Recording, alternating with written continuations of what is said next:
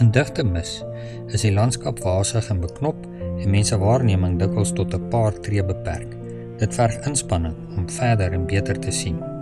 En dan, wanneer die son deurbreek en die mis voor die son verdwyn, gebeur daar skielik 'n duidelikheid en diepte in die landskap om jou. Kom nou, julle wat sê, vandag of môre sal ons na die en die stad gaan en daar 1 jaar deurbring en handel drywe en wins maak. Julle wat nie eens weet wat môre sal gebeur nie. Want hoe danig is julle lewe?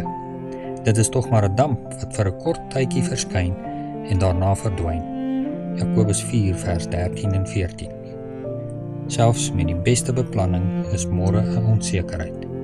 Net die son van geregtigheid kan jou beknopte en kortstondige lewenslandskap vandag en môre werklike diepte en ware betekenis gee.